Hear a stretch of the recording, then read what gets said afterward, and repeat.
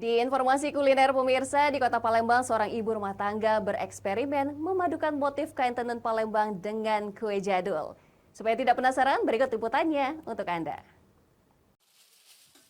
Kata kue lapis mungkin tidak asing di telinga kalian. Akan tetapi ini sedikit berbeda dengan kue lapis pada umumnya, di mana seorang ibu rumah tangga di Jalan KH Wahab Saidi, Perumahan Al-Hafiz 3, Kecamatan Kalidoni, Kota Palembang, berkreasi dengan memadukan seni tenun pada adonan kue lapis.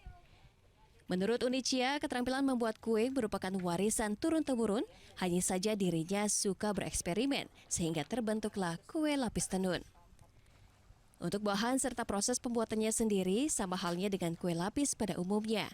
Akan tetapi untuk menampilkan motif tenunnya sendiri membutuhkan keterampilan khusus serta ketelatenan karena proses yang begitu panjang hingga membutuhkan waktu lebih dari 1 jam.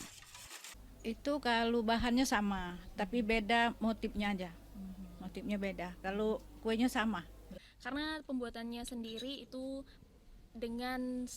menggunakan sedikit gula, namun rasanya lebih dominan gurih dan juga rasa santannya itu yang pekat. Untuk perloyangnya, kue lapis tenun dijual dengan harga Rp80.000 dengan pemasaran melalui media sosial.